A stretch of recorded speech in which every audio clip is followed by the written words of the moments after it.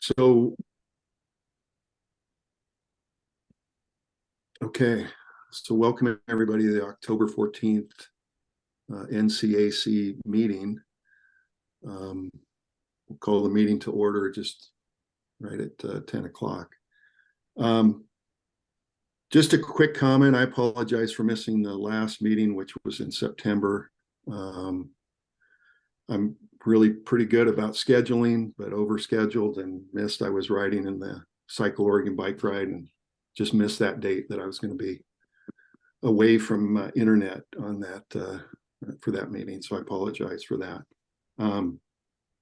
We do have a full agenda today, so we're going to get right at it.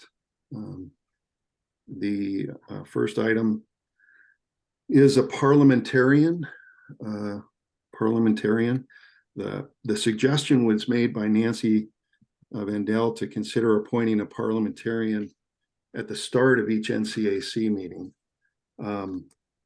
This seemed like a very good idea, as this person would be on kind of standby to assist and clarify any questions that might arise with regard to Robert's Rules of Order and just running a meeting. The goal would be to consult them on any questions of order and have that person provide guidance when and if it was needed.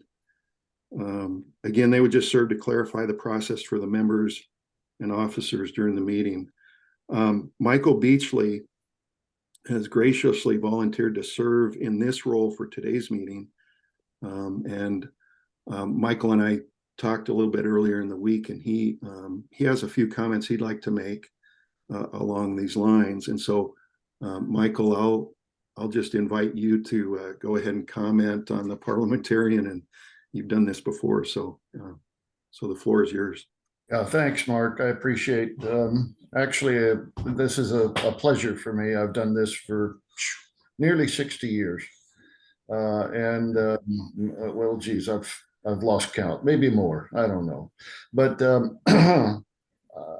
just to let all of you know, I've been the active parliamentarian for the Faculty Senate at Oregon State for 22 years now. And to be a parliamentarian for faculty members is like herding cats, you know that. It's a delightful activity. I get to sit there and watch and help out there. It's expanded over the years to being an advisor to people who want to propose, well, for example, bylaws changes and wording and meaning and relationship between one article and another article and continuity and all of that sort of thing. Professionally, I'm a communications professor, and linguistics and semantics are one of my specialties. And so I'm a language guy and I love it. It's a lot of fun, and it drives my grandchildren nuts when I bring that to the dinner table. But they have an opportunity to learn as well. I'll let you know that my style in parliamentarian activities is to be quiet. It is not my job to interrupt unless I see that we're heading for a speed bump. And then I'll just raise my hand and say a few things. I am available to you. I serve for each and every member equitably and fairly. If you want to contact me privately, then that private contact will be confidential, and I will give you the best advice that I can. As I tell my faculty members, as far as parliamentary concerns, this may be the last time you ever hear me speak. I hope so. But you know, the process is important, and that we do it fairly and equitably. And at the top of the list is the integrity and fairness for the minority. That everybody has an opportunity to speak, and that they have also an opportunity to be heard as well. So that's really all that I have to say. I'm available anytime. You do have my email available, and please don't be afraid to or reticent to let me know what's on your mind. But again, I'm pleased to do this. It's a lot of fun. It's interesting. And you can be sure that I will pay close attention to everything that goes on. That's really the job. But keep in mind that does not preclude that I will occasionally speak up on my own behalf for whatever is before the association. But my focus is going to be on process and procedures. And so let's move forward. And thank you, Mark. I appreciate it. Good. Thanks I really appreciate it, Michael, for you agreeing to do this. I think we all do. Even as much as we think we know about it, it's nice to have an expert on site that can just sort of correct us, and so I really appreciate it. So thank you. Okay. The next item, well, let's see. I'll pull up my agenda here. Conflicts of interest. It is. Okay. I got that on my script here, but I couldn't remember when we approved the minutes. That's next. So, okay. Conflict of interest question. So officers will be asked by the chair, vice chair to declare any conflicts of interest that may exist or are perceived to exist regarding action items to be discussed at this meeting. So I have no conflicts. Jeff? I have no conflicts. And Alex? I have no conflicts. Okay, and Chris is not here today. I think he's in South America. Is that correct? He's on a plane right now. Like he's at the airport. He's on a plane. Okay. He's heading to South America. So Chris is not here today. So, okay. Let's see the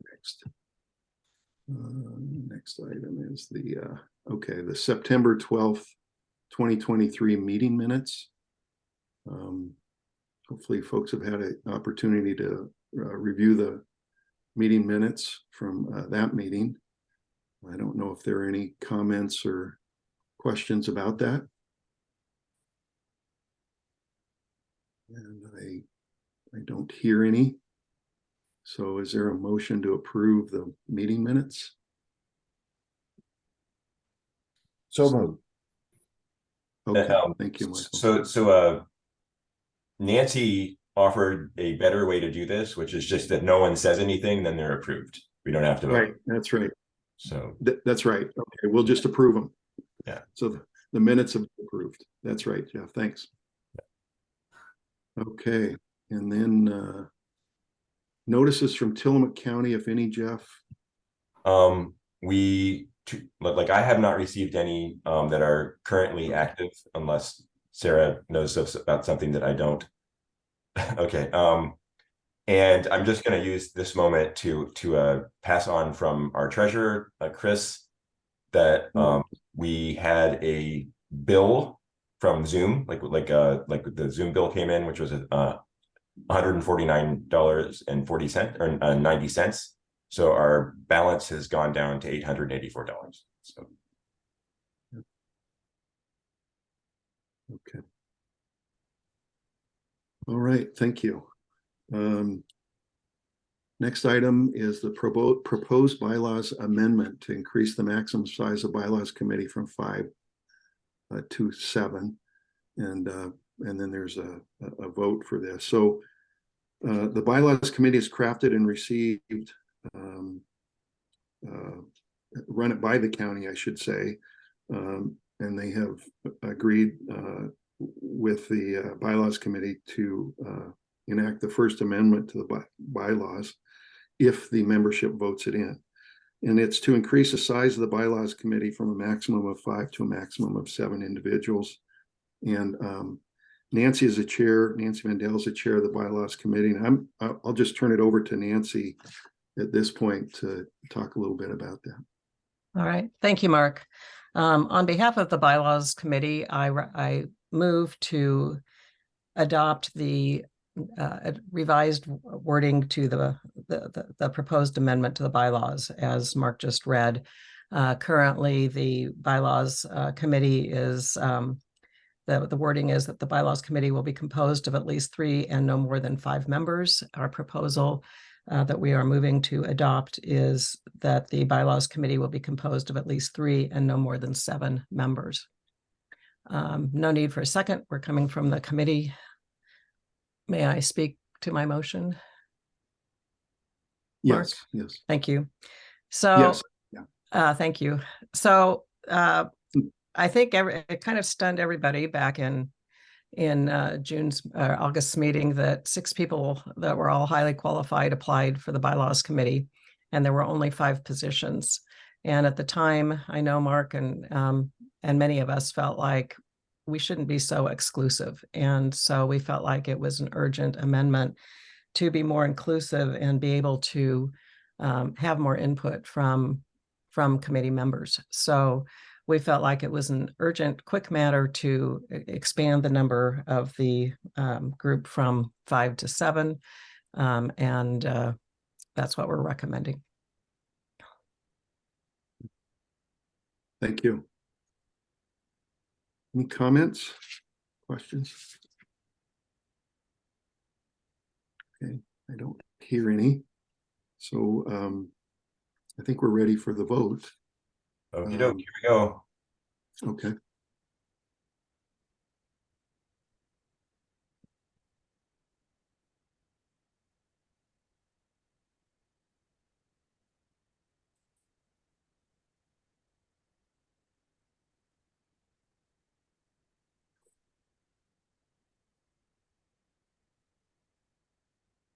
Okay, we're at 27 right now, and there's 2 people I think who haven't voted. But I'm gonna end the poll in a couple seconds unless we get a couple more votes in. Okay, I'm gonna end the poll. And the results are 27 out of 27 in favor. Great. I'd also like to thank Sarah and the county council for processing our request so expeditiously. Thank you. Okay, the next item is now that we have voted and approved that change. There is a vote to approve. We have 1 nominee to the bylaws committee, and that is Susan Schomburg. She seeks to be added to the bylaws committee. Her bio is in the meeting information. Susan is in Walla Walla at this time at I think it might be her alma mater. Yeah.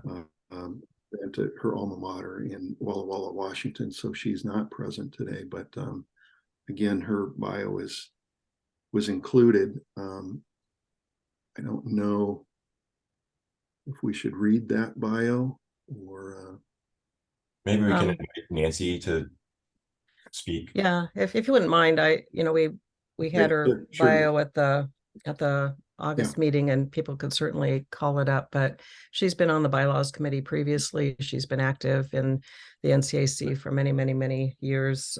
She and her family have owned property, I think, since the 60s, as I recall. But she has been part of our committee as a guest for every meeting except yesterday's when she was in Walla Walla.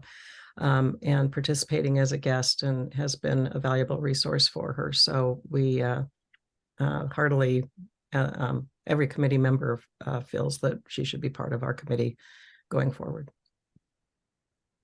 And I will speak to the others if anyone on the committee here would like to, Michael and Tom, if you'd like to say anything, please do. I will simply support her for sure. She's very articulate, and her knowledge is very valuable to the rest of us, particularly those of us who came in late or for the first time at any rate. And it'd be a pleasure to serve with her. I just would like to note that with this action, nominations are open, so somebody else could be nominated to be on the committee as well at this moment. We have lots of fun. You'll see later. Plenty to do. Yeah, I would say that the bylaws committee is just doing outstanding work, I believe, in my opinion. So thank you. Okay, I don't hear any other nominations, but we do want to move to a vote for on Susan as the nominee. So Jeff, you have that probably ready to go. Yep. Okay. Thanks, Jeff.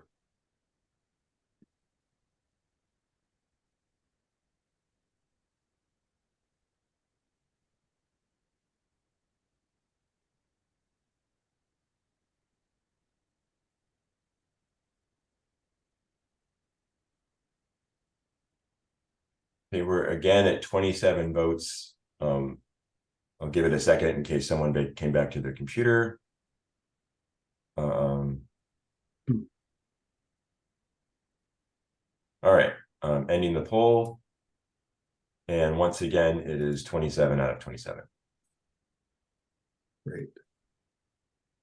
Thank you, Jeff. Thank you. And thank you, everyone. So Susan will join the bylaws committee as a member effective right away. Thank So you. bylaws committee update. I think Nancy is going to bring us up to date on the bylaws committee. Nancy, you have the floor. All right, thank you, Mark. And Tom Seep, one of our key members of the committee, has a presentation ready to share. As soon as I'm permitted to, I need to be enabled.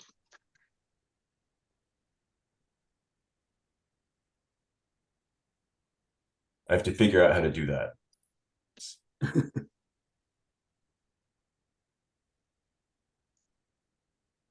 Sorry, Jeff, I should have sent it to you too. Yeah, well, I should have remembered to find that ahead of time. Let's see, share screen.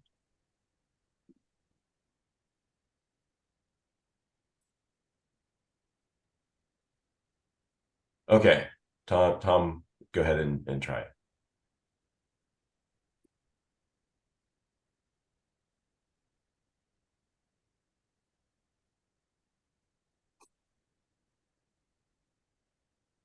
So Tom is a master at this, and I am not. So I decided I wasn't going to try to do screen sharing. All right. Thank you, Tom. We can go to the next slide. So our committee began when we were elected at the August NCAC meeting. At our first meeting a week later, I appointed, I guess, chair. Michael Beachley volunteered to be our scribe. We decided not to be quite as formal as secretary. Eventually, through lots of work on his part, Tom Seep has earned the title of editor more times over, just amazingly. Wyatt Angelo and Bill Miller are also integral committee members, and now Susan is a full-fledged member. The committee is fabulous. We all are very interested in bylaws, and it's very exciting to be part of a committee where people actually like bylaws and care about it. Could you go to the next slide, please? Tom? It did. Did not show up. Tom? You should see meetings calendar. Do you want something back? I'm seeing That's the that. calendar. Yeah. Oh, yeah. I'm sorry. I missed that. Okay. I think my screen did something weird. You're showing the slides as opposed to the presentation, right? I guess that works. So what we're doing, we decided at the first meeting that we were going to meet twice a month, that it looked like there were a lot of things that we needed to examine in the bylaws, and that it was worth that kind of time. So we've had 4 meetings so far, and we've just switched from meeting the second and fourth Fridays of the month to the first and third Fridays from 9:30 to 11. Anyone is welcome to come. We are following Oregon public meeting law, and everybody's welcome to come to the meetings. I guess I should back up a little bit and say that, does everybody understand what bylaws are? That bylaws are the governing document for the organization, and they have all of the rules associated with how the organization operates.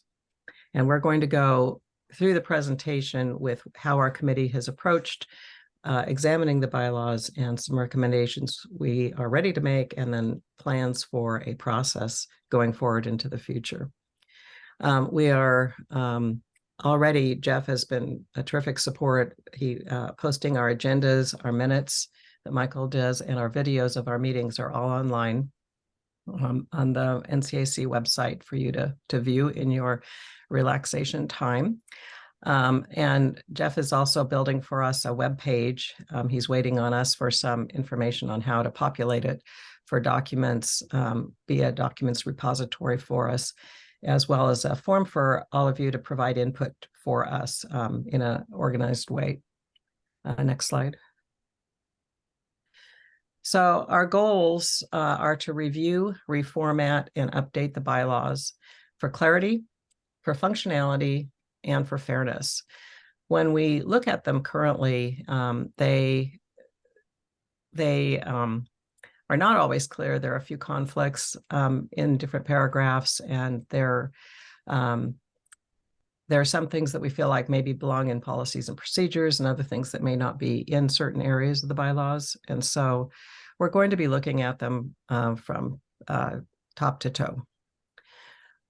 We also found during the first meeting with Sarah's help that we fall into Oregon public meeting law, which is new to me. And so we are operating under Oregon public meeting law, and it's turned out to be fine. We're trying very hard to be very transparent and provide opportunities for your input. We want very much to hear from you, and we're providing a lot of ways to be able to do that. You can attend our meetings. There's a public comment portion of each meeting. We're going to have all of our documents, as I mentioned, posted on the website with an input form. And then when we get to a point we're anticipating of having some substantive bylaws amendments to propose, we're going to have review meetings that would be held in an evening or a Saturday for people to be able to come and discuss what we're doing and provide their input before we take everything to a vote. So we feel like that's very important. Next slide, please. So I probably should have put a slide in. One of the things that we did at the beginning as well is we wanted to find out the history of how these bylaws came to be and how they compare to other bylaws and other CACs in Tillamook County. And so we did do some research on that, and we found that our current bylaws are a format that's similar to some of the others in Tillamook County that mainly are in draft form. And we talked with Guy Sievert, who I don't know if he's here today, but he provided a lot of helpful perspective in how he was on the first bylaws committee and was the first NCAC chair. And he gave some background on how they have sort of evolved and applauded what we're doing. He said he liked what we were doing. So one of the first step was that we felt like we needed to go to a new format and a new structure. And so what we're proposing is that we go to Robert's Rules of Order, newly revised 12th edition. It's the standard for bylaws. Government agencies use that, companies use that, organizations, nonprofits use that as a standard format for bylaws. So at the moment, in step one, we're simply we are proposing reorganizing the current bylaws into that new format. We're not changing the meaning. We're just strictly doing that translation and mapping the current bylaws into the new format. And the current bylaws are not numbered. So Tom actually went through and numbered the current bylaws. He has done the reorganization into the new format. The committee as a whole went through and looked at those changes and have commented and everything. So we have an example of that. And so can you go to the next page? And Tom, why don't you, format comparison. So because people don't really understand what the format is, it even helped, I think, those of us on the committee. The current bylaws format is listed here. Can you read those? There are a lot of different categories there, and this is the order in which they're listed. In Robert's Rules of Order, and Michael came up with this slide actually, there are fewer main categories. Within each category under Robert's Rules, there are subcategories. And so all of the information in the current bylaws will move over into the Robert's Rules format. And that's what we've started doing with the mapping. So next slide. So the next step was editorial revisions. And again, Tom, when we get to the next slide, well, actually, why don't you start? You talked about this one in the next slide. Okay. Thank you. Basically, And Tom, why don't you give a little background on yourself too, because it's really impressive to have you on the committee. okay. I spent about the last 3 decades or so being an editor. I worked for various companies in the research and development, and as part of that research and development was the development of international standards. As a part of that establishing standards, I gravitated to being in the editorial part of that. So for instance, the 802.11, IEEE 802.11, which you may know as Wi-Fi, I was in the original committee which drafted and finally approved that standard. It took us 10 years to do that. So, I mean, this process is lightning fast. I also was the first employee of the Bluetooth organization, and I also did editing on that specification as well. There's a few others that didn't make it that I did, but basically after the last 30 so years, I've been doing a lot of editing of technical documents. This is actually less technical than most of the documents that I've worked on, but there's some technicality, some legal aspects to it that I'm finding up to apply. So that's me. So one of the things that we did when we were doing standards was it's important that people who weren't in the room understand what was intended by what was written down. And that speaks to clarity. And that's what we're trying to do here, is there are some things which made sense to the people in the room when they wrote it down, but if you weren't in the room, you may not understand it. So we're only rewording things such that it's easier to understand and better communicate the original intent. So we are not trying to change any intent. They're going to be updated with the new format and the editorial wording. And this is going to be our baseline for actually considering substantive changes, which we really have two classes of changes. One is editorial, which doesn't change the meaning, and the other substantive, which actually changes either the meaning or the intent. So here's an example. What I did was I went through our current document, and it's only 7 pages, which I'm very thankful for. Many of the documents that I edited were upwards of 1,000 pages and have not just a small community to comment on it, but say 300 engineers would comment on them from about 200 different companies, all of which had their own agendas. So this is by far and away much more pleasant environment to edit in. Although we'll find out when we get to some substantive changes. But basically, what's on the left-hand side here is our comparison. What the original paragraph, which I numbered as 4.2, said, and how it got changed into something which is a little bit easier to digest. Anytime there's lists, it's a lot easier for people to look at bullets rather than just having it in line. There are some of the wordings that you can see here. I'm not going to go through the whole thing. I'm sure that everybody will be fascinated by my rendition of it, but I'll spare you that. But anyway, on the left is basically we do a side-by-side of each and every paragraph of the entire document. And we use these numbers, by the way, also to do the mapping into the new format. So this is numbers as they were in the original document. And then we have 2 classes of comments. One is just to document what changes were made. It was an inconsistent use of NCAC or Nesquin CAC. So we defined NCAC at the beginning of the document, and the rest of the document just says NCAC. And then there were some things like I go on witch hunts Lots of people don't use the word which correctly, and so I changed it to that. I like Michael. I'm also a grammarian, so I get irritated by those things sometimes. Anyway, those things on the top of on the right hand side. Those are changes that don't make any difference. When I was going through that, I just noted that, yeah, there are some things here that might be controversial, or I'd heard people talking about, or something that doesn't make sense. So those are points for discussion. Those will be carried forward to our next round when we start talking about substantive changes. And I noticed, by the way, that point number 2 of the point for discussion was in a paragraph that wasn't on this page. So basically that just said that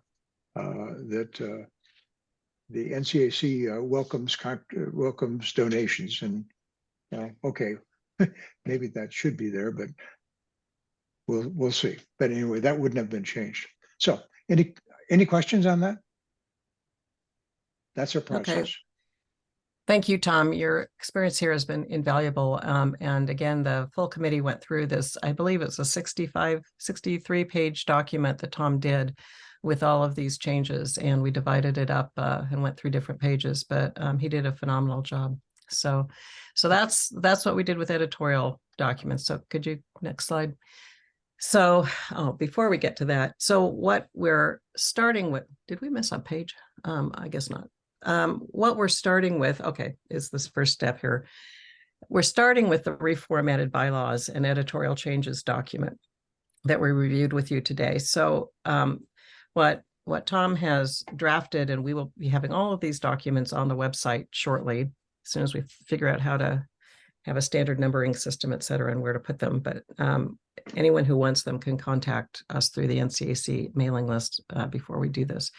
Anyway, we're starting with like a clean set of bylaws that have been numbered and edited into the Robert's Rules of Order format with all of the same material and information in them. So step 3, if you all approve today, we just kind of wanted to get an informal response on what you think about our process. But step 3 will be the big one. We start getting into substantive amendments. So we are going to examine the bylaws section by section. We've already taken some input from officers, from all of you, from the committee members themselves. We started with a brainstorm where we just throw information out. So many of you know Alexis Tate had put out some motions for bylaws changes back in June and August. Those are included in there. We have not forgotten anybody. Alexis and I actually talked because we wanted to make sure that she didn't feel like we were ignoring her. We have not. And she was, Alexis, I don't know if you're here, but anyway, she was very positive. So we started with the brainstorm, and then we organized that brainstorm into a bylaws structure. It's going to be fluid. We're going to be, as we go along, we're going to see more things that we think need to be addressed as we go into the examination.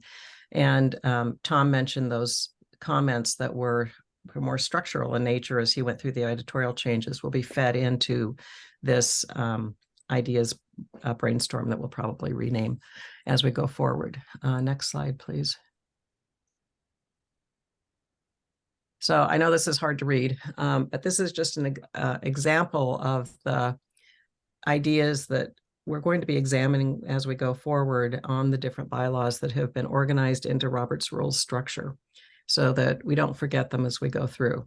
As I said, as we go through, I'm sure we're going to see other things, and we welcome your input. If there's something that you would like to see us look at, we're going to be doing that over the next several meetings and months and work in between. But please let us know. The one thing that's coming out as the hottest topic, I think, is membership and voting. So we're going to be spending quite a bit of time on that, but really every area has some things. So when you look at this, just one example would be executive boards. Currently, the NCAC does not have an executive board per se with its own meetings, but one of the things we're considering and talking with the officers about is the possibility of having an executive board that would meet monthly, say, and have more it would give them a chance with the public meeting law to be able to make up agendas, discuss things. They'd all be public, et cetera. So I don't know if that will happen, but that would be one example of a substantive change for. Next slide. So what we're doing is we're at our next meeting, we're going to be assigning each of the bylaws areas to 1 or 2 committee members to draft an initial proposal on what they think whether they think it's fine, leave it as is, or whether there are some things that need to be changed in that particular section. They will draft that and bring that to the next committee member meeting, and we'll discuss that as a committee. We're going to document as we go along. We're going to put those documents on the website so that you can all follow along as you wish. We know that bylaws are gripping and that you will all be looking at all of these different things as we go along. And we hope you do, actually. So that's the plan. And then we do plan to report our progress at each NCAC meeting. Hopefully it won't take quite as much time as this one is, but we do plan to give you an update at each meeting. And we appreciate Mark putting us on the agenda each time. Next slide.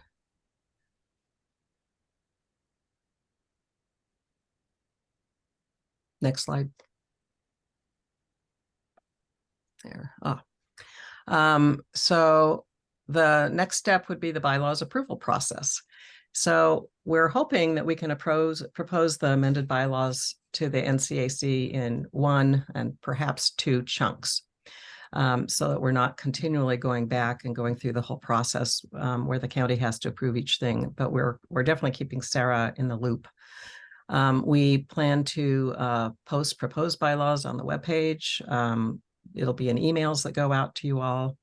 And like I mentioned early on, when we have enough to review, we're going to periodically hold review sessions for members to come in, provide comments, ask questions, et cetera, before the actual main meeting. We also periodically review with the NCAC officers in Tillamook County. We're keeping everybody in the loop.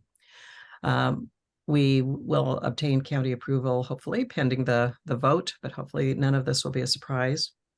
And we will notice the membership vote 10 days in advance, at least, minimum, probably more than that. And then there'll be a vote by the membership on the amendments. Next page. For some reason, my computer is not responding well. Okay, sorry. All right, there it goes. Well, okay, thank you. So I think there was another one. Go back one. Thank you. And then the final step, assuming we get through with the bylaws, the next step would be policies and procedures and/or standing rules. So that would be expanding on the bylaws with more detailed information. For example, the current bylaws specified that the meetings will be on the second Saturday morning at 10 a.m. of the, every other month. They specify the months. They don't really need to have 10 a.m. on there. That could be in a standing rule or policies and procedures. You can have more expanded duties of officers in those sections, more committee information in those sections that are more easily modified. They're not as critical as a bylaw and need to be amended through that process. Again, if we get a chance to do this, that would also be public input, and all of those would have to be approved by the membership as well. And so far we have okay. I'm done. You're good. Thank you. So far we have come up with our process, and Michael and Tom were key on that. We have numbered the existing bylaws. We've mapped, like we've talked about. We've done the editorial changes, and we have an initial list of substantive changes to consider. So that's taken quite a bit of work. It looks simple, but we've actually done a lot of discussing on all of those things. So our next step is we've come to you today to go through this and just gather your input. Do you feel like we're in the right direction? Do you have any concerns about what we're doing? And so that's why we're here today. And should you say you like what we're doing, then we will begin work on the bylaws review on the substantive issues. Next slide. So our timeline is, as Sarah told us, quality over speed, and we agree with that. At the same time, we do feel like we can get through this. And so we want to be very transparent. We want your input. We are targeting, this is a very loose target, but April NCAC meeting for a vote on the bylaws amendments. We're targeting the June NCAC meeting for a vote on the policies and procedures. Again, this is very, very tentative. Next slide. So comments, what do you all think? I think we're done with the slide. Thank you, Tom. But we would very much like to hear your input. Any comments at all?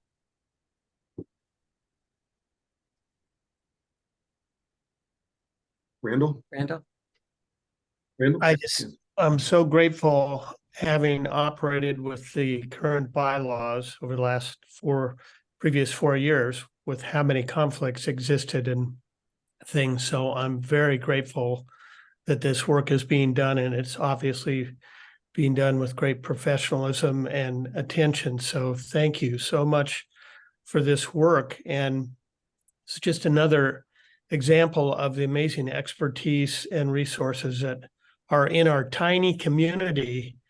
And yet all this expertise is right around the corner. These are our neighbors. And I'm just grateful for all this happening, and think bravo and bravo to having this take place. I look forward to seeing the changes. Thank you. Thank you. I think there's some comments in the chats also. It looks like people are okay with Just it. think you're great. Yeah. Okay, thank you. Does anyone have any objections or concerns about what we're doing? So I can ask some clarifying questions, but I wanted to give other people a chance to talk first. So at various points in this process, I might, as a person who is far away from the bylaws committee, speaking which is not me, which is speaking to someone else, I might want to know that oh, you've got a draft of the bylaws that has been reformatted and edited, and that's available to look at. And how would I find out that exists? Very good question, Jeff. Yeah. And I will just say, Jeff is building us a web page, and he has been very patient waiting for us to have documents to fill it.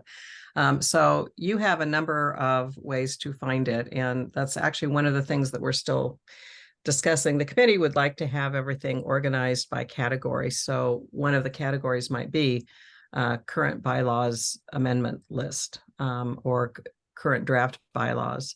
Another is our minutes, our videos that are on the website currently. But you will actually, on the main bylaw or the main NCAC website, I understand there'll be a tab, right, Jeff, that they can go to for the bylaws committee that will have all of these documents and information that you can download. Is that correct? I'm still thinking about that, but somewhere in the main navigation, there will be a link to the bylaws committee.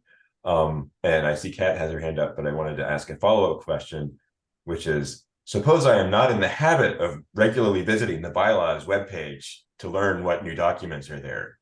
How about I learned that there's something new in the bylaws work that I might want to pay attention to? Well, that's an excellent question, Jeff. And so Jeff is also going to be including in any of the notices that go out for the NCAC information from our bylaws committee. Will have reports and that kind of thing in the emails, correct, Jeff? But there are a limited number of emails that can go out. So unless there's something really substantive, we probably will not have notices just pertaining to the bylaws unless it's a major deal. So, but again, under the bylaws tab, you should be able to, without looking, that's a good question. How would you like to be notified of something new? Because we will be providing notices if there's something major on the substantive changes. Yeah, that's why I brought it up, because we don't want to spam you with email about the bylaws all the time, but if there's something important, we want to make sure that people know. So feedback on what the right level of information coming out is welcome. Right. And we'll be reporting at a NCAC meeting as well. So we expect to have something major for December or February, and hopefully a vote in April. A couple people have their hands up, but so Mark or Nancy, I don't know who's in charge. I was thinking Mark was, so. Let me look. I'm bad at this, so I'm looking for. let's Do you want me to, Kat? I think your Oh, arm it was Kat? raised first. Your hand was raised first.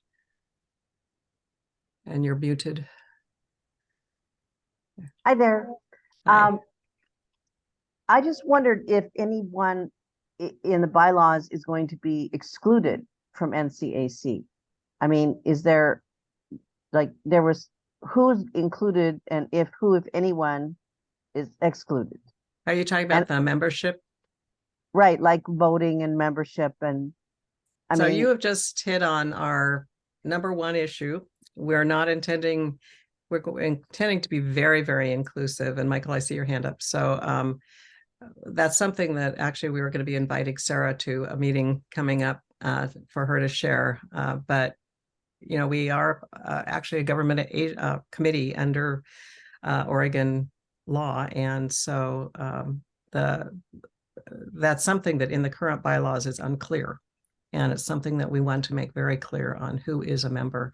So, Michael, did you want to answer that question? And then I'm going to ask Sarah if she would like to weigh in on that too. Yes, again, I just want to underscore that that pops out at us as a critical issue.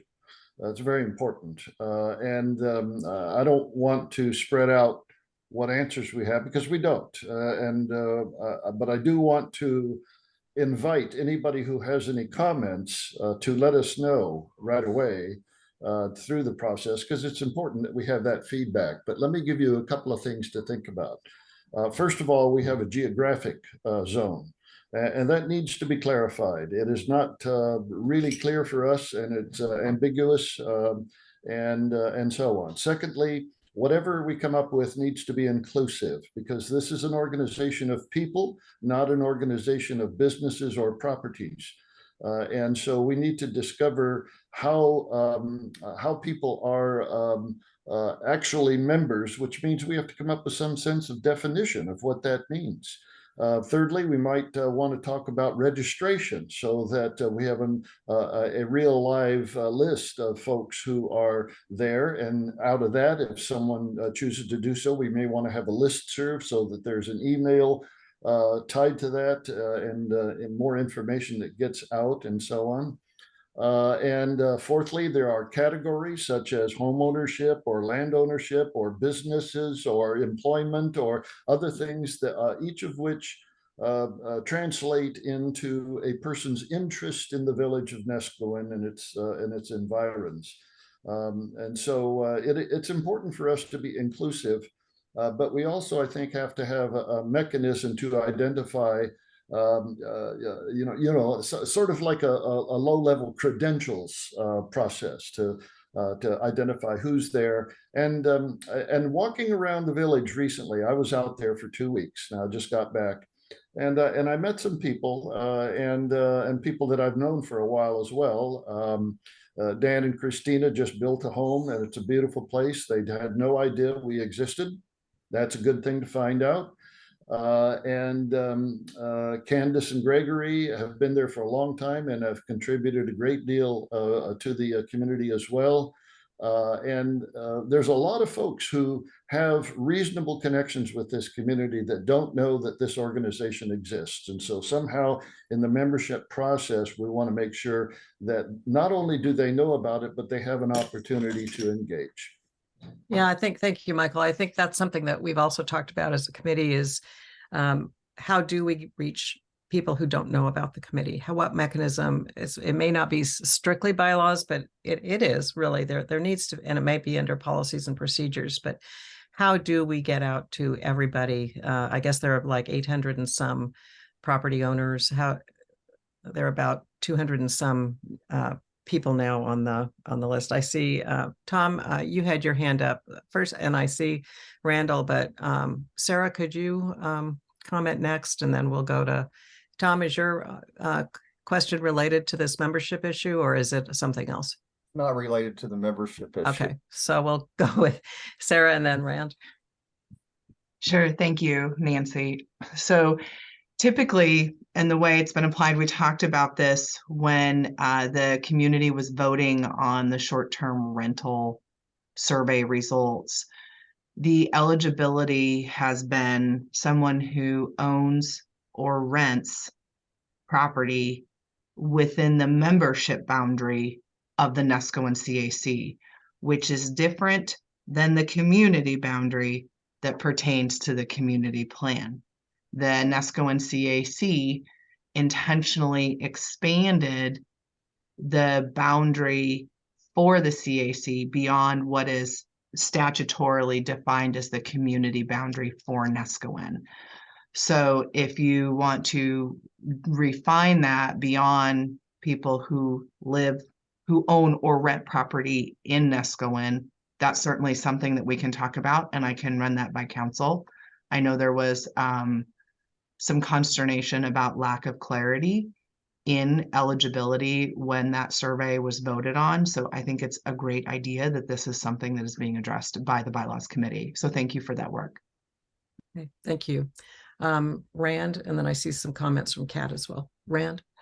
Yeah, so when we did the original outreach to try and get the email list to include everyone, we sent a postcard via Sarah and the county paid for a postcard to go out to every property owner in a pretty big area from Cascade Head to the Nestucca River, from Ortown south to Cascade Head again. So I made a large rectangle there and included a mailing to all those people to say, if you'd like, we even put a raffle. We raffled one of Michael Schichting's painting, or a print of a painting, in order to get people to engage with it. And that's when we got, I think, over 700 people to sign up. They were sent to the property owners.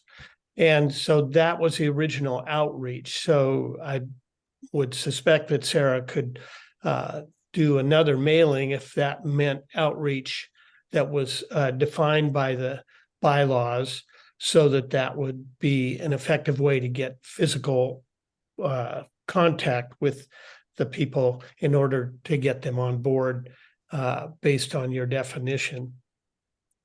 And we would be Oh. happy to do that. Thank you, Randall. Absolutely. Okay. Yes. Thank you. So that'll be one of the things that our committee will be tackling as we talk about substantive changes, is how do we, and Jeff will be in the loop as our communications person, certainly for that, as well as Mark as well. So Kat has something in here about a social media page for Yahoo Groups, Facebook group, or so whatever, so people can join and see what is happening. Thank you for that suggestion, Kat. We will certainly take a look at that. I have to admit that's not one of my fortes, but I bet there's someone on the committee who is, or Jeff. So thank you for that suggestion. We've noted that. Tom. Yeah, the two brief comments about membership. One is that's going to be a fun discussion. Yes. The second is that we did have 450 people participate in the major short-term rental survey. So there's a big gap between how many people are willing to participate and how many people in that kind of format, and how many people are willing to attend these meetings, which can vary from anywhere from 20 to 150. But my comment about I have a general comment about what you're posting. One of the things that the county does is that Sarah posts, for example, on the short-term rental advisory committee, public comments. I think it might be helpful if you post comments from the membership, only, of course, if they want them to be public. I mean, you're going to be taking them in. They could either be private or public, but it might be helpful to have some discussion among the membership as we're working through the process, seeing how people are responding to various substantive changes, particularly that you all are considering.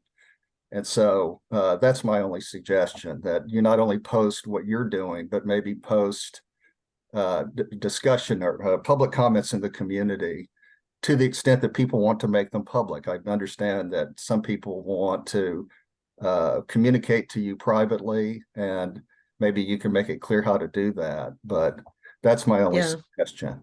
Actually, Sarah advised us that any comments, public comment, so nothing can be private under the Oregon Public Meeting Law. So even if we're having a conversation, I understand we need to document that as well. So be warned, people. But but yeah, let's note that and follow up because that was kind of the purpose of the form that we were thinking of when people send in a comment, but to actually have all of that posted is an interesting idea. So Tom, were you wanting, I see your hand too, Jeff, but Tom, did you want to comment on what It's already been said, so I don't need to talk.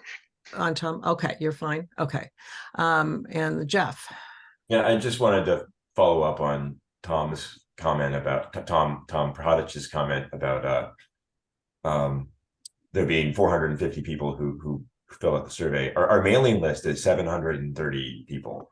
Oh, okay. So I think the larger problem that we have to tackle is not so much awareness that the NCAC exists as getting interest and participation when things are not as exciting as STRs. So or bylaws. Yeah. Okay, Kat. So I just wanted to follow up on what Tom was saying, and especially in light of the need for public transparency. So in the social media page, comments are posted and are clearly visible, and that's not true in email. So people can email privately, email goes to spam, but and we could choose the platform, and it could even be like a membership only platform. It wouldn't be open to the public, which is kind of, would be my suggestion, because then you get all kinds of people out there who find you and want to go out to dinner with you. So anyway, it's an interesting idea. It could be partly for bylaws. Because then when people comment, I mean, you even know who your friends are, when they comment, anybody who is a part of that group can see what they comment. And there's you can even create a transcript of the comments. So, I mean, I think that rather than a mailing and rather than an extensive email list, that, I mean, maybe a mailing that would be, join this group. And I mean, I would be happy. I just went through this with my email about 6 months ago. Like, you literally can see nothing about me unless you ask me to be my friend. So, because there's lots of weird things going on out there. So, I mean, I can give a tutorial on how to, like if people don't have a Facebook page, because I know that's a barrier, how to create one so that the only thing you do with that Facebook page is go to like a government website or an NCAC website. You don't have to be open to the whole world to be able to use Facebook and access those, but it provides, I think it just meets the need for the public comment meeting aspect, but maybe there's people who know more about that than I do. Yeah, I appreciate that, and we'll definitely follow up, and we may contact you, Kat, as well about this. But we'll see if Jeff or someone on the committee can help us with this as well. So good thoughts, thank you. And I'm seeing a couple of things in chat. Michael Schlichting, how do you pronounce your name, Michael? Is talking about Schlichting. Thank you. Is being that the NCAC is confused with the NCA oftentimes, and so it sounds like there could be some things where we have our mission stated, et cetera, and yeah. So we will follow up on all these comments. Thank you. Are there any other comments? Does anyone have any objections to how we proceed? Lori? Yeah, I just have a comment about the Facebook thing. It would be nice if all of the information that the first place you went to is one place, like the NCAC website, and then a link goes from there, or because if half the people are looking at the Facebook page and half the people are looking at the NCAC website, it gets confusing if you really want people to know, like you have to be kind of in the know to know which place to go if it's not just one place. So I'm not opposed to a Facebook thing. I don't personally do Facebook, but it would be nice if there was one place that you started. That you do, I'm going here for the latest information, and then maybe they send me some other place. Okay, so why don't we plan on working on all of this, and we'll bring back some information after we've been able to work with Sarah and the officers as well to see what we could come up with. But thank you, Lori. That's a very valid comment. All right, any objections to what we're proposing? Okay, we're going to go forward then and come back with some substantive information for you when we come back in December. So thank you for your time, and I'm sorry we ran way over, Mark. That's okay, Nancy. I would just follow up and say that increasing involvement is something that certainly we're all thinking about. And then also how to increase the number of people voting. I mean, we have, sort of looking ahead to the community plan. At some point, we're going to take a vote on that, and how to increase that so that more people are actually weighing in and voting. And so that's a huge one coming up. So at any rate, thank you very much, Nancy, for and the bylaws committee just doing outstanding work. So thank you. Thank you. It's been a pleasure working with this group, I tell you. Okay, let's see. We move on to item 9, vote to approve the nominees to the Community Plan Steering Committee. So we have 5 who have volunteered to be members of the steering committee for updating the community plan. Again, our bylaws dictate that we are to hold a vote in order to place them on the committee. We're excited about each who has volunteered for this important work. They bring with them land use experience, long-standing connection to the community, and an absolute commitment to doing what is best for and in service for the community members of Niskayuna. I've had an opportunity to speak with all 5 of them, and that was the common theme of our conversation, was wanting to help to do what is best for Niskayuna. Their bios have been distributed to the membership via the agenda that was sent out earlier. I don't know if we need each to say just a few words prior to the vote. I did notify them earlier this week that the membership may want that. And so they are prepared to just a minute or two if the membership wants to hear from each of them. And if not, we would move to the vote. So with that,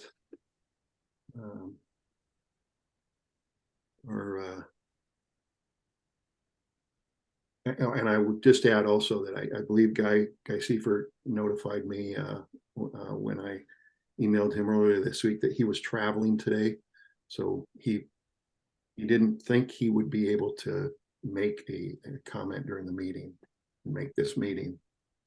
So looking in the chat here. Don't see anybody. Is somebody raising their hand to have them speak, or I'm looking? Not seeing any hands go up. Okay. I think we can go to the vote. And Jeff. Okay, here we go.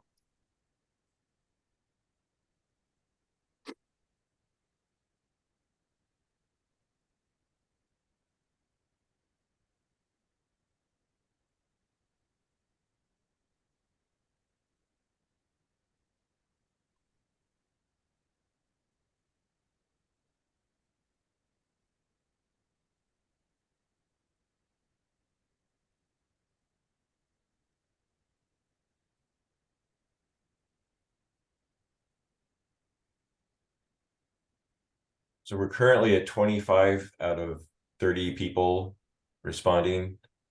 We've been there for a little bit, so in another 10 seconds or so, I'm gonna go ahead and end the poll on the assumption that the other 5 people have gone off to the bathroom or something. 26.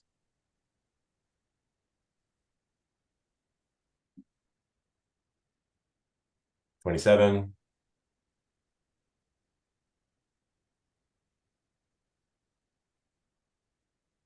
Okay, I'm gonna end the poll. And we had 27 out of 27 in favor. Okay, thank you, everybody. So we have a steering committee for the community plan with 5 members on it. So thanks everybody for your involvement in this. And thank you very much to all 5 who have volunteered for this. Super important work. I'll just a couple of comments before I turn it over to Sarah. I know Sarah wanted to make some comments here, but the steering committee we plan to have the steering committee operate under Oregon Public Meeting Law requirements, as does the bylaws committee, as does the NCAC. That means public notice meetings, minutes recorded. Communication between members is a bit limited, so that there's no quorum, and we will work with the steering committee on how that will work when they begin meeting. So surveying the community, reviewing the current community plan, moving forward with a new plan. I'll come next for the committee, and with that, I'm gonna invite Sarah Absher to go ahead and take the floor. And so make Kat what raised her hand. I don't know if you have something Oh. that you want to share, Kat, before Sarah talks. Okay. Well, I think, Mark, I think you just clarified something, because I had a question about the steering committee, because, I mean, we're not elected officials. I mean, so I kind of see the steering, I mean, maybe I'm off base here, so you can correct me, but a steering committee would like disseminate information, summarize information, bring it back to the membership, be open for community comment on like land use, aspects, like, resources, recreational use, all those for, there's like, I don't know, what are there, 17, 19, something like that, different things. And so, Yeah. I see the steering committee as like these are the options. And then the NCAC board would actually make recommendations to the county. That's kind of what I see. And so my question is, if the steering committee is, I mean, I don't mind doing notes, and I don't mind being transparent. That's not what I'm objecting to. It's just a little cumbersome. I mean, so like if I'm walking my dog and somebody says, I'm really concerned about what's happening to the creek, or is there a land use plan thing that's going to preserve the salmon in Sutton Creek? Does that mean I can't talk to them? And so if the steering committee is disseminating information, summarizing, researching, and presenting our findings to the NCAC board, do we have to strictly function under the public meeting law, or is there some freedom? Because I'm going to be educating myself, and I think I'm going to be educating my neighbors, and so that's not the same. I mean, I'm not advocating for any one thing, and I just want to say up front that I kind of see all the land use plans, all the land use points, like those 19, I don't know if I have the number right, something teen categories, like a tapestry. I mean, it's not, you just can't focus on, like, for instance, natural resources, because that's going to affect 6 other things in the plan. And so it's like, I don't want the committee to end up being like, I don't know if you know the fable of the blind man and the elephant, where there's 7 blind men and one blind man is at the nose of the elephant and feels the trunk and says, oh, this is a snake. Another blind man is at the foot of the elephant and feels the leg and says, oh, it's a tree. Another blind man is, I don't know, not gonna go on with the fable, but you get the picture. And so it's really a tapestry. And so to bring all those things together is going to involve conversation, education, dissemination of lots of things, and summarizing. And so that's all done with consensus and in community. And so that's why I'm questioning the public meeting requirement if the steering committee doesn't actually bring, quote, formal recommendations. So my understanding is that we do want the committee to bring recommendations to the membership.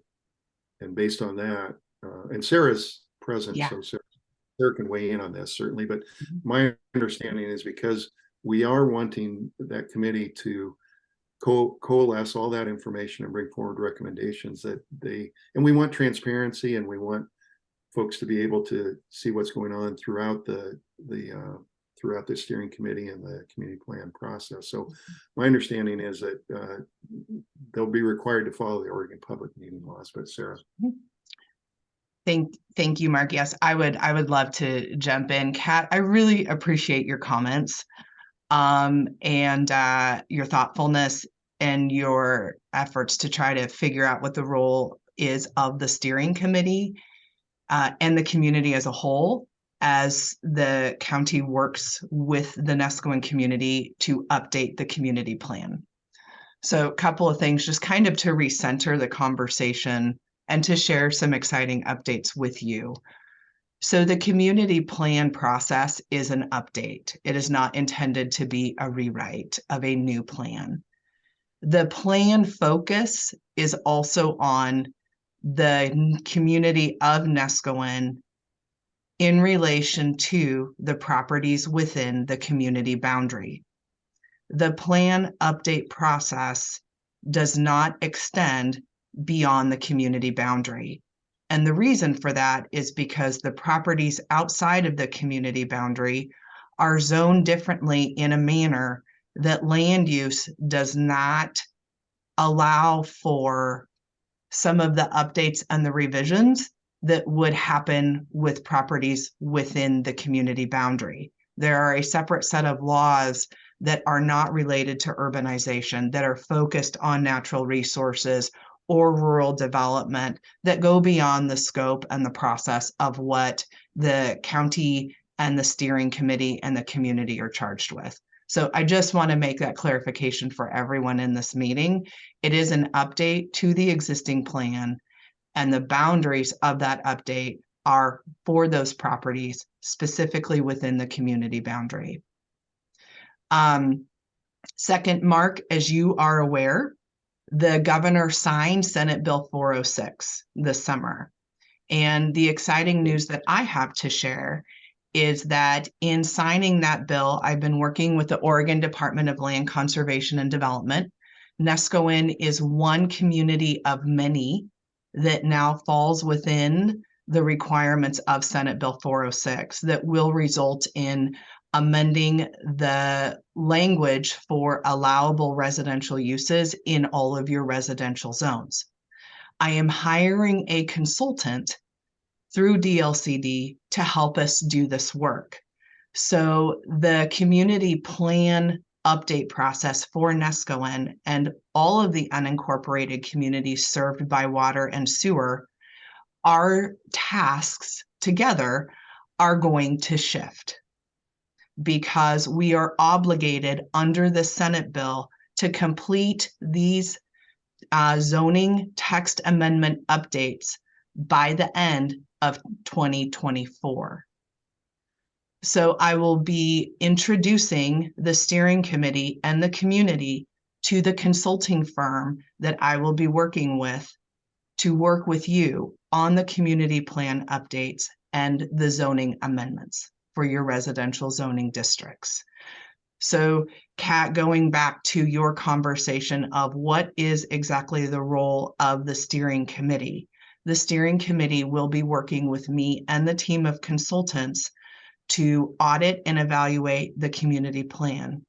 The steering committee will provide those recommendations and updates and serve as the conduit with the community and the CAC to gather feedback and to share information.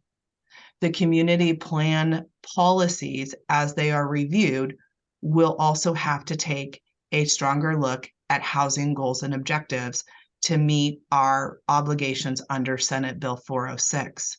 We will then also work with the team of consultants to do the zoning district, the text amendment updates that will then eventually, I will take to the Planning Commission and I will take to the Board of County Commissioners for adoption. So I have completed a scope of work.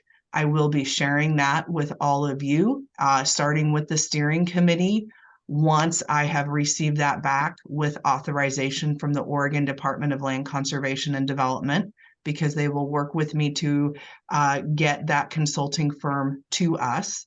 And then there will be other staff in this department that will also be working with Nescowen and all of our communities and cities that are required to comply with Senate Bill 406. So Melissa Yang, who is our senior planner, you will all have an opportunity to meet her and work with her. Many of you know Lynn Tone through the short-term rental advisory committee and ordinance process updates. She is incredible administrative staff that supports me in my work. So she will also be joining us. And you will probably have all three of us for many of your steering committee meetings, along with the consultant.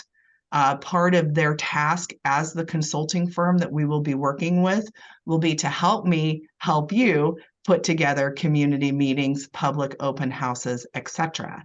And the great news is that DLCD, through this grant that I am getting, will provide us with the financial support so that the county and the CAC do not have to worry about covering those costs, which is huge for all of us.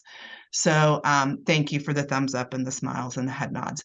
So really excited to do this. I look forward to working with the steering committee. Mark, I will be reaching out to the steering committee. If you could send me and make sure I have everybody's emails. And of course, I will include the CAC officers on that. I should know in a couple of weeks what our timeline and our plan is going to be. I am working with that with DLCD and the 7 cities, because my job is to make sure not only all of the unincorporated communities get this work done, but I also have to assist the cities in making sure they get their parts done. So that's why the consulting firm is coming on as well. This also gives us an opportunity to look at things like parking requirements and other pieces related to housing and long-range planning updates that we know are going to be really beneficial to the livability components of your community and others. So I know that's a lot to share this morning. Most of this just actually came into fruition yesterday afternoon and earlier this week. So more to come. And Mark, as part of our CAC chair monthly updates, I will be sharing more with you and the other CAC chairs at the November get together. So, and then Mark, having you share that and share those updates with me to everyone else will be greatly appreciated. So I will get you guys, Mark, I will email you the Senate Bill 406. If you want to share that, Kat, I know you asked for that as well. I don't think I have your email address. But if you want to email me, or I'm happy to send you a copy as well. So I think this is a great project. I think moving away from the short-term rental issues and having something long range for the community and I to work together on and focus on is really exciting. And I'm very excited to do this work with you. So thank you. Thank you, Sarah. No, I have my hand up. well, go ahead. Go ahead. Yeah, Sarah, that's great news. And this is actually just have a side question. You sort of mentioned that the Tillamook County has a formal definition of what Nesquin is. If you could maybe offline send us a pointer to that, because that would be very useful in the bylaws process. Certainly. So there is an adopted map. It was part of an adoption comprehensive plan process back in the late 1990s. So if you go online, Tom, you can see a copy of that map boundary. It should also be included in the community plan with Okay. your zoning districts as they were adopted the last time. I will make sure that you get a copy of the map. The map clearly delineates the boundaries. The most northerly boundary is Sahalee Shores, the northerly boundary of the Sahalee Shores development. The southerly boundary is South Beach.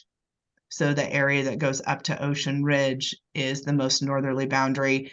Everything on the east side of the highway is a little wonky, but it clearly defines what Yeah, and- properties are in the boundary. Anything outside that's zoned rural residential, SFW 10, those properties are clearly outside of the boundary because they are not eligible for the zoning designations that extends to the properties within the boundary. I'll put a link to that map in the chat, but I just, to be clear for Tom and the bylaws committee, as Sarah mentioned earlier, the community boundary is not the same as the NCAC boundary. Right. So it's very confusing, but we just have to kind of get our heads around that. And Yeah, however, it is a methodology for defining something. So if we have an example for legally defining where we are, then we have something to build on. That's right. That was my point. Yeah, because that's something that we as a committee are looking at as well, is defining the boundaries that make sense. And we heard that the NCA has actually redone their boundaries recently. So it seems like that we might want to be consistent, but all of this input would be helpful for us as we go forward. Thank you. Okay. Other questions of Sarah or? What's middle housing mean? Allow middle housing on residentially zoned. What's that mean? Thank you, Kat. That's an excellent question. And just so everyone knows, Brenda did put a link to the bill in the chat. Thank you, Brenda. To clarify, when it does talk about cities in Tillamook County, that definition was also expanded to include unincorporated communities served by water and sewer. So it's Neocani, Barview, Twin Rocks, Watsiko, Netarts, Oceanside, Pacific City Woods, Nescoin, and Cloverdale, I believe, are the unincorporated communities that now go into the bucket of that definition of Tillamook County cities. So middle housing is defined as dwelling units, and it's up to four dwelling units on a piece of property. So it's single family dwellings, duplexes, triplexes, fourplexes, or a cottage cluster not exceeding 4 units. So not every property in Nescoin, and quite frankly, any of the cities in Tillamook County and unincorporated communities as defined in the bill, not all properties are large enough to look at 4 units. But what this bill does is it provides an opportunity with clear and objective standards for consideration of multifamily dwelling units in these residential zones. Parking requirements would still apply. There are some other pieces. Obviously, water and sewer availability is a big piece of this. The bill does not require consideration of updates to transportation planning, but that is something that Director Leidy and I are working on with another project. We are working on a countywide unincorporated county transportation system plan update. So we do plan on dovetailing some of that into what we will be doing with Senate Bill 406. His process will largely focus on opportunities for trails, multimodal transportation, and transportation facility improvements to support those types of multimodal uses. But for Senate Bill 406, middle housing is up to 4 units.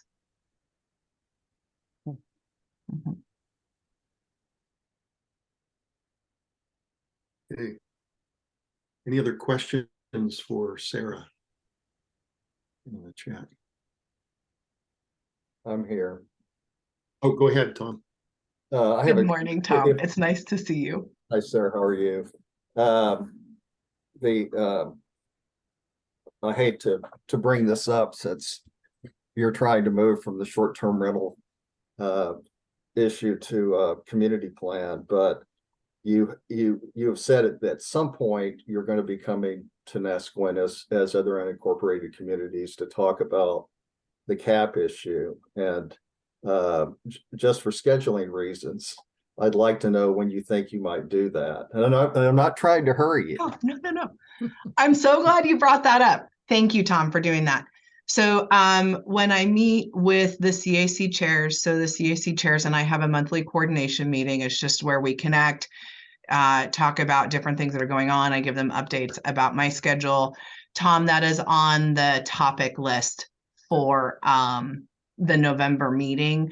My first two communities that I would like to work with are Nesquin and Neocony.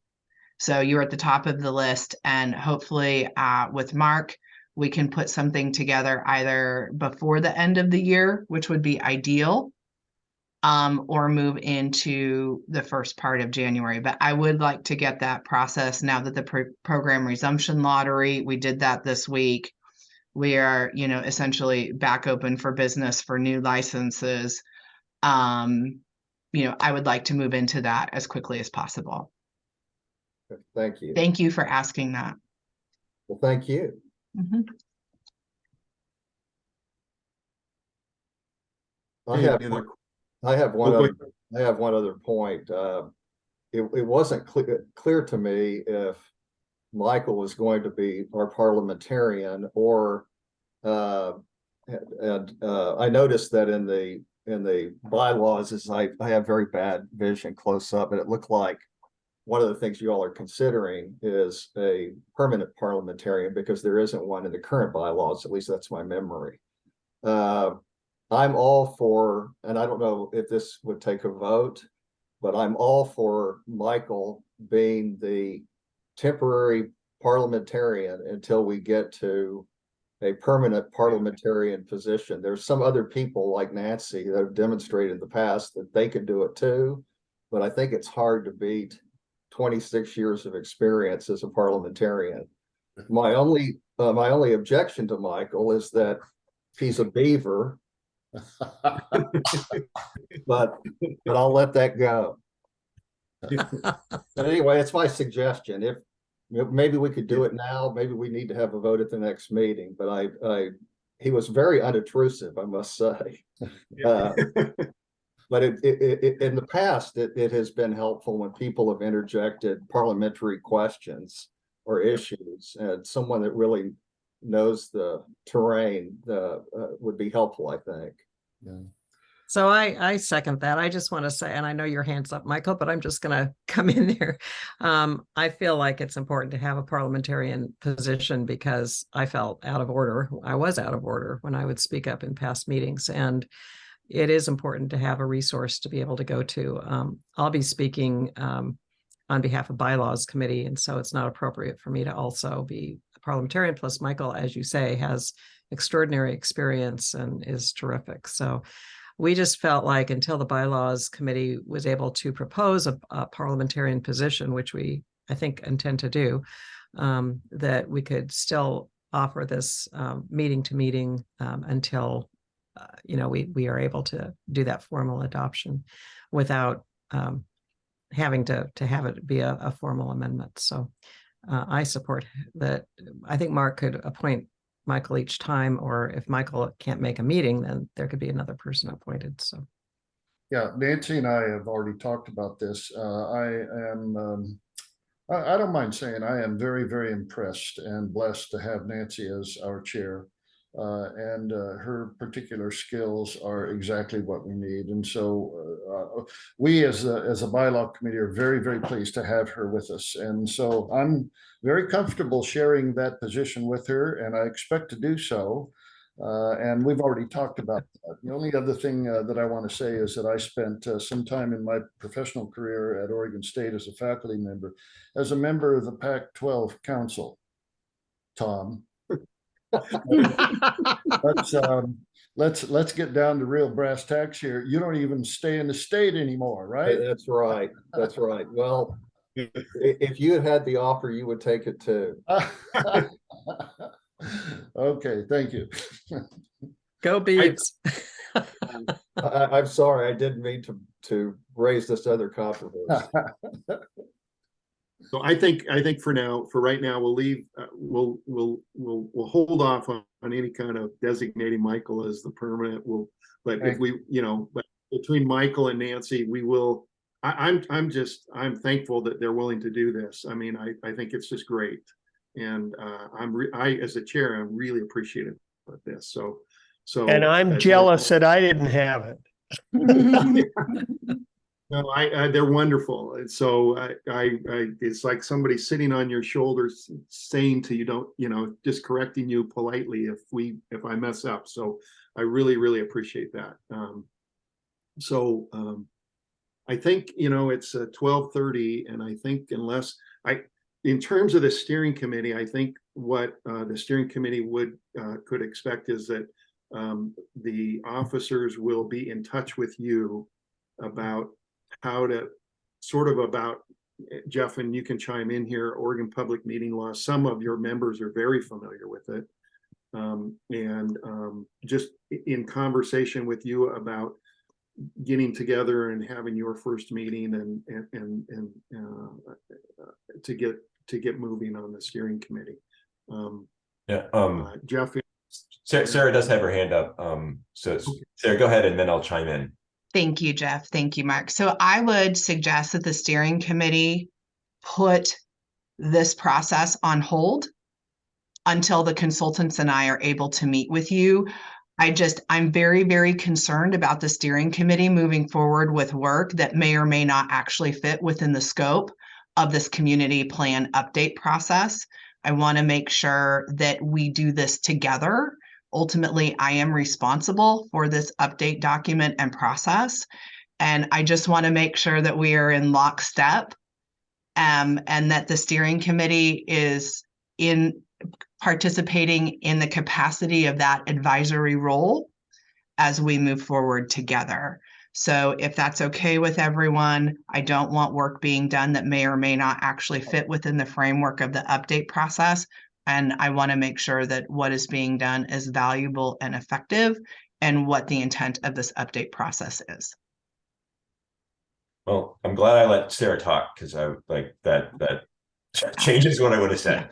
And Mark, as we've discussed, I would also really like to be included in the conversations of when the steering committee meets. This is something that ultimately I am responsible for. And I just want to make sure that we're all working together in full capacity, please. Yeah, thank you. What I was going to say is just that this is an opportunity for the 4 people on the steering committee to talk to each other in public about what they want to do for meetings. So I don't know if that's still worth doing, or we should just kind of wait on that and maybe schedule an executive meeting and they can come to that or something.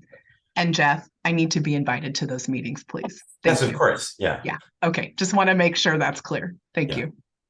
So I guess I'm looking forward to the November CAC chairs meeting. There's lots to discuss. So I'll have a lot of pen and paper that day to take my notes.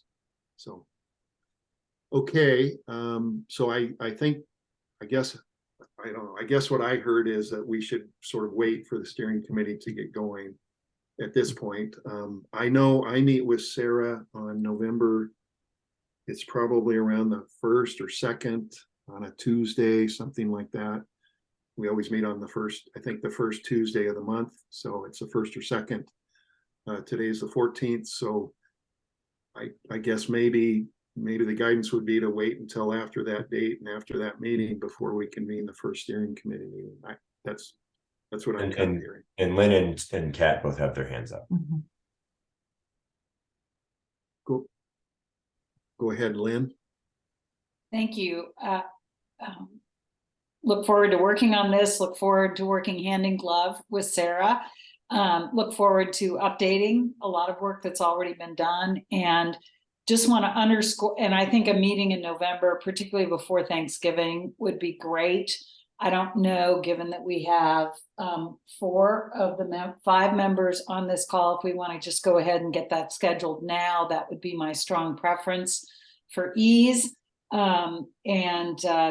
Just looking forward to the work and fully understand that we're working within a legal framework. I think, you know, I don't want to take the fun out of it for anyone, but we are, and we need to work within that framework successfully, which I look forward to doing and have experience doing. So it would help to schedule that meeting if Randall and Lori and Kat, if you think we can do that without Guy on this call. I would propose, if Mark, if you meet with, I think I understood that you're meeting on November 7th with Sarah, is that correct? So I think it's, let me look, Lynn, I think it's, It is, that is correct. It's the 7th. It is the 7th, okay. Yeah, and so Mark, I'm actually sending out the virtual meeting link to you and the other CAC chairs. Our 6-month rotation just ended, so I have to send a new link. Okay, all right, thank you. And so yes, Lynn, it will be the 7th, correct? Okay, so I just say to the other steering committee members, what is your pleasure for a meeting in November? Because if we can get that done today, that'd be great. Yeah. And maybe pick a couple different dates since Guy isn't here. Great. So is it after the 7th? Yeah. Is that right? Yeah. Yes. So, so I'm not always available on a Saturday. I hope I can be. I decorate cakes part-time at Safeway.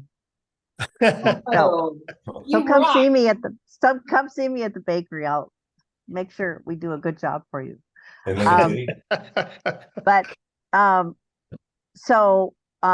there's a lot of I don't always have Safeway's very corporate, so I don't always have a lot of say in my schedule because it's corporate. But that said, I'm available any day in the afternoon.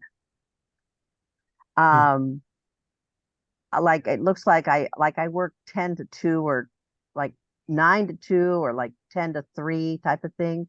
But I have all Mondays and Tuesdays are great days for me. Those are completely open. So Mondays and Tuesdays are completely open, and any afternoon is open like after 3 p.m. So what if we said, just to throw it out there, what about Monday the afternoon, Monday the 13th or 14th? Or Tuesday would be the 14th, either Monday the 13th or Tuesday the 14th, and that way we can scoop Guy into the process and see if that could work for him. That works for me for the 13th or the 14th. Yes. I can make that work too, Lynn. Thank you. And what time of day? So what if we said, just again, throwing it out there, like 2 or 3 p.m.? 3 p.m. maybe? Sure. On which day? Well, should we throw a couple out for Guy? Yeah, 3 p.m. on, and I'm watching Sarah's head nod too, because this is, she's got a heavy work schedule with a lot of meetings that are pre-scheduled and scheduled weeks in advance. So is it easier, Sarah, in the morning for you? Thank you all so much for considering me. No, the afternoon is actually great. Both of those days work for me.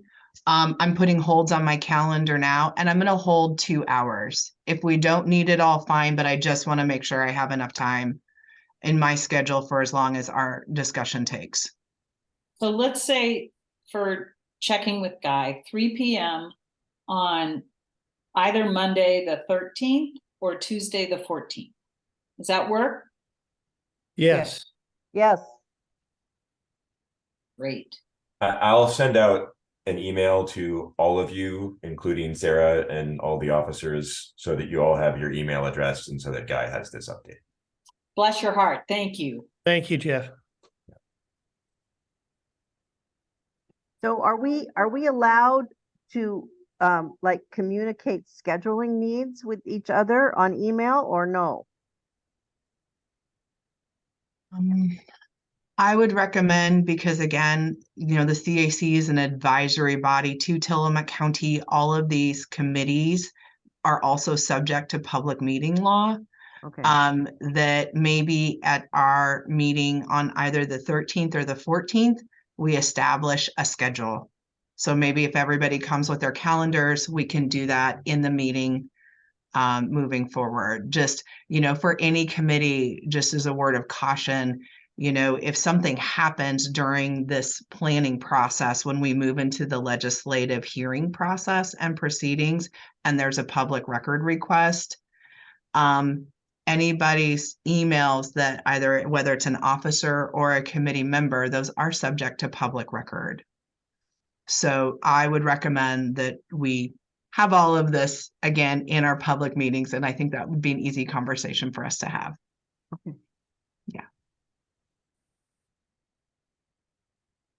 Okay.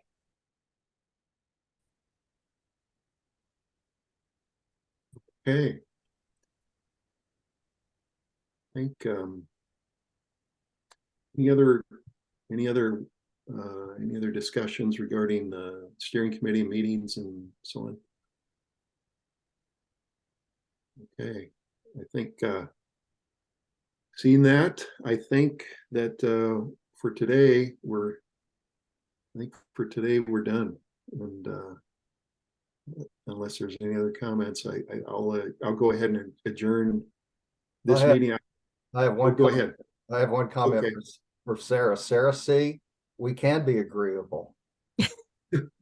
I'm so excited. I just really enjoy working with all of you and coming onto these meetings and seeing you all the time. So I'm just really excited. I'm so happy that we get to do this work together. And I think you all, somebody said it earlier, are just an incredibly talented and knowledgeable group of people within this community. So thank you, Tom. And I look forward to the good work we're going to do coming up. I would echo that. It really is just everybody's sort of pulling the same way now, and I really appreciate everybody's work. So thanks very much. I'll go ahead and adjourn the meeting, and I don't know, big games going on today for the Ducks, but enjoy your Saturdays. Thank you.